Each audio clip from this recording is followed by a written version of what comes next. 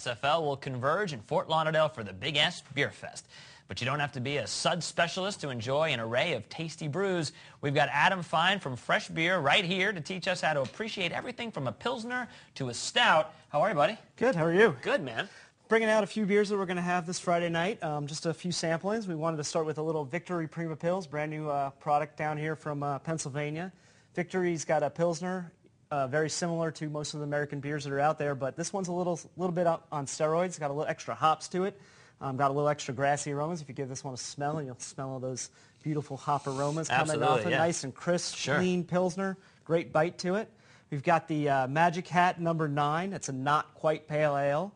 It's got a mysterious and unusual palate that will swirl around your tongue and ask more questions than answers. Wow, your beer actually talks to you. That's a new... It's great beer, right? Awesome. It's got a nice full body and a crisp bite to it. A little bit of fruitiness in the palate as well. Dale's Pale Ale, which is part of the canned beer apocalypse. It actually turns out that cans are better for beer. Really? Yeah. They eliminate the air because the beer is sealed right on the product right there. The cap is sealed right on the product, so you don't have any headspace of air. It also eliminates light, which is one of the spoiling factors of beer. And it's also easier to crush on your head than a bottle. Absolutely. And recyclable as well. There you go. Lighter, easier to transport, and Dale's has got a great pale ale in this can. It's a great tasting product. Got a really nice aroma. Give that one a smell for yourself there, right there. You can smell the citrusy aromas of it. Yes, very hoppy, very rich flavored beer. Mm-hmm. And then Left Hand Milk Stout will be pouring this weekend as well. It's a most people associate dark beers as very filling, very rich, very full flavored. That's because of the roasted malts that are in there. But with Left Hand, you've got they're known for balancing their beer, and it's very important.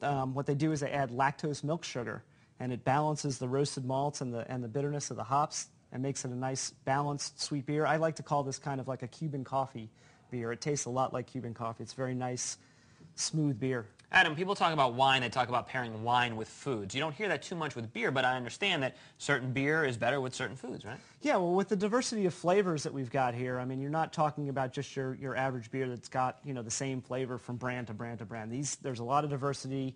As you can see, we've got quite a few beers here. A lot of them have a lot of different flavors going on, so it allows chefs that we work with to pair their items specifically with certain beers, and you can get some great pairings out there. We do beer dinners all the time.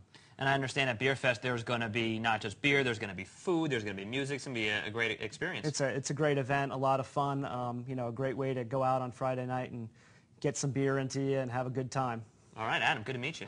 Nice to meet you, too. And enjoy the Beer Fest. Thank you. All right. And if you want to get your drink on this weekend and you want to taste some of the brews from Fresh Beer's 9 different booths and some great local brewers, here's what you do. You head over to Huizinga Plaza at 6 p.m. on Friday. And